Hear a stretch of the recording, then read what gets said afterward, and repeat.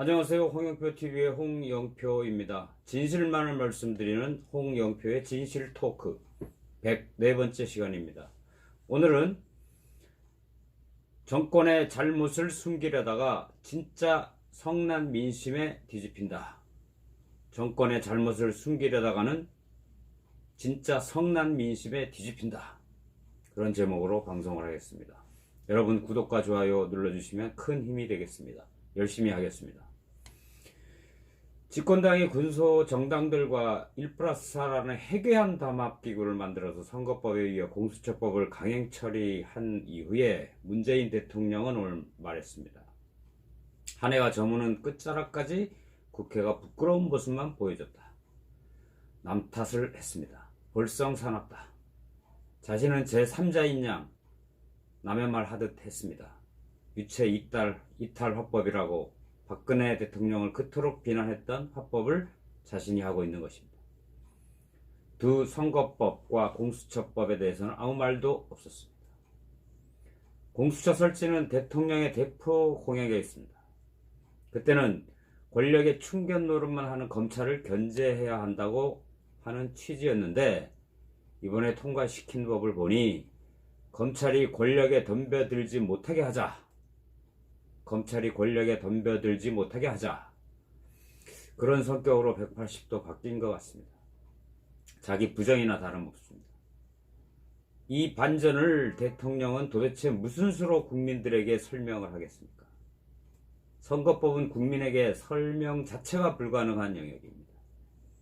세계에서 가장 복잡하다는 독일식 정당 명부제를 연동률 50%를 적용해서 한번 비틀어버리고 적용 의석을 30석으로 한정해서 두 번째 비틀어버리면서 난수표가 되어버렸습니다.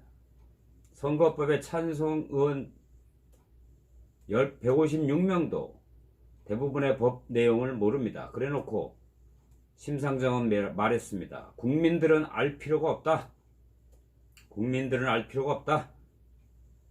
국민이 이해할 수 없는 것을 어떻게 개혁이라고 우길 수가 있습니까?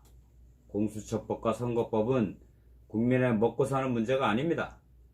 나라의 기틀을 다지거나 외적의 침입에서 지켜주는 것도 아니고 두 법은 오로지 정권의 안녕을 위해서 만들어졌을 뿐입니다. 대부분의 서민들과 전문가들이 그렇게 바라보고 있습니다.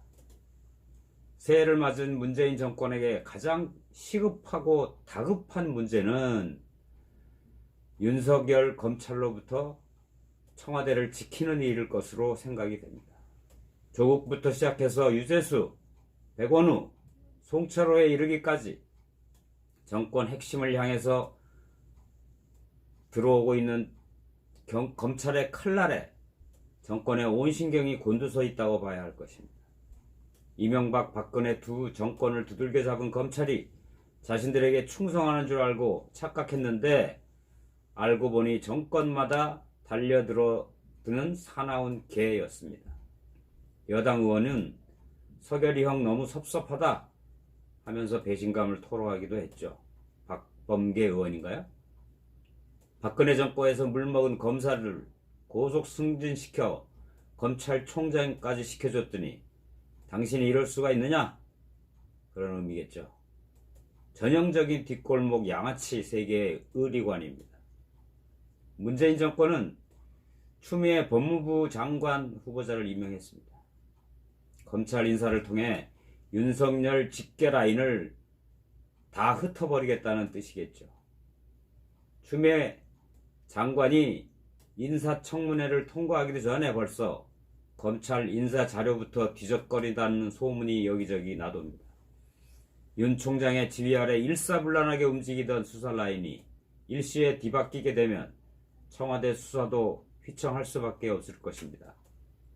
그렇게 일단 청와대는 급한 불을 끄겠다는 건지, 그리고 몇 달 후에 공수처가 공식 출범하게 되면 공수처는 고위공직자 수사를 검찰로부터 요구할 수 있습니다. 청와대 울산시장 선거 공작, 유재수 감찰 무마, 모든 청와대발 비리 이런 것들을 공수처로 가져와서 뭉갤 길이 확 열리고 마는 것입니다. 정권의 위협이 되는 검찰의 이빨을 완전히 뽑아버리는 셈이 되는 것입니다. 여기서 우리가 닉슨의 사례를 한번 보고 넘어가겠습니다. 1973년 10월 20일 닉슨 미 대통령은 워터게이트 스캔들을 수사하던 아치볼트 콕스 특별검사를 전격 해임해버립니다. 워터게이트 스캔들의 분수령이 된 토요일 밤의 학살. 법무부 장관은 콕스 해임안을 거부하고 사임했고 법무부 차관도 뒤를 따랐습니다. 닉슨 대통령이 탄핵 위기에 내몰려 중도 사퇴하게 된 워터게이트 호텔에 소재했던 민주당 전국위원회를 도청한 본안 사건 자체 때문이 아니었고 정권 핵심부를 좁혀져 오던 수사를 막으려고 수사팀장을 해임한 사법방해 혐의가 결정타였습니다. 우리가 보통 알고 있기로는 닉슨의 거짓말이 탄핵의 주 원인이다 이렇게 생각했지만 실제 탄핵의 주 주제는 사법방해였습니다. 사법방해. 문재인 정부가 윤석열 검찰 라인을 무력화하려는 태도가 바로 이 사법방해입니다. 아주 똑같이 닮았습니다. 정당 득표율대로 비례대표를 나눠주는 과거 선거법은 한 정당이 압승할 수 있는 구조입니다. 4년 전 총선에서 더불어민주당은 박근혜 정권의 오만의 성난 민심 덕분에 제1당이 됐습니다. 이제 거꾸로 자신들이 조여오는 칼날에 심판대에 설 수 있게 되자 좌파 군소 정당들이 의석을 나눠 가지기 쉬운 선거법으로 바꿔서 제1야당의 반격을 막겠다는 것입니다. 문재인 정부는 지난 임기 2년 반 동안 적폐청산이라는 구호 아래 앞선 정부를 때려잡고 쓸어내는 데 모든 에너지를 쏟아냈습니다. 일본과 싸우는데도 에너지를 쏟아냈습니다. 남은 2년 반은 정권을 빼앗기지 않기 위해서 혹시라도 정권을 빼앗길 경우에라도 후일의 안전을 도모하는 데 온 힘을 모으는 분위기입니다. 자신들이 전 정권에 저질렀던 그 잔혹한 보복이 부메랑처럼 돌아오는 것을 피하기 위해서 무슨 짓이라도 서슴지 않을 태세임을 우리는 분명히 알 수 있습니다. 우리 같은 시민들도 그러나 정권에 대한 이러한 심판은 대비책을 세운다고 해서 세워지는 것이 아닙니다. 자신들의 불법이 드러나지 않게 하려고 수사를 막고 선거법을 만지작거려서 야당의 의석을 줄여보려는 이런 꼼수, 민심은 다 알고 있습니다. 이러한 민심의 성난 파도를 지금 막을 수 없습니다. 지난 10월 3일부터 시작된 성난 민심의 파도는 지금 계속 커져가고 있습니다. 오늘 정광훈 목사를 구속할지 어쩔지 모르겠지만 많은 양식 있는 시민들이 음으로 양으로 마음속으로 그를 응원하고 있다고 생각합니다. 물론 말이 좀 거칠고 조금 너무 우측으로 나간다는 생각하시는 분들도 없지 않으나 그가 지적하고 있는 문재인의 이 집권 세력의 주체 사상, 김일성 추종, 그것들은 또 사회주의 이런 것들은 진실을 꿰뚫어 보고 있는 전광훈 목사의 장점입니다. 이러한 민심, 이 정권이 과연 어떻게 수습을 할지 지켜볼 일입니다. 그러나 한번 성난 민심의 파도는 이 잘못된 정권을 그대로 내버려 두지 않을 것 같습니다. 아마도 정권을 뒤엎어버릴 수도 있을 것입니다.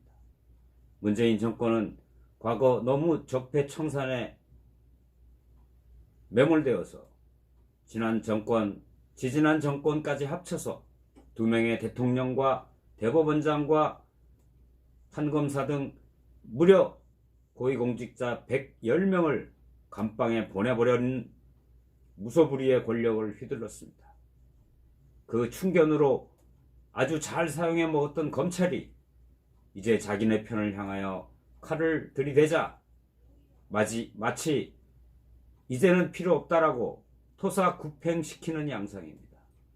이러한 토사구팽의 양상, 우리 같은 일반 시민들 다 알고 있습니다. 국민들은 개돼지가 아니고 국민들은 바보가 아닙니다. 이런 성난 민심으로 과연 이 문재인 정권 언제까지 갈 수 있을지 지켜볼 일입니다. 감사합니다.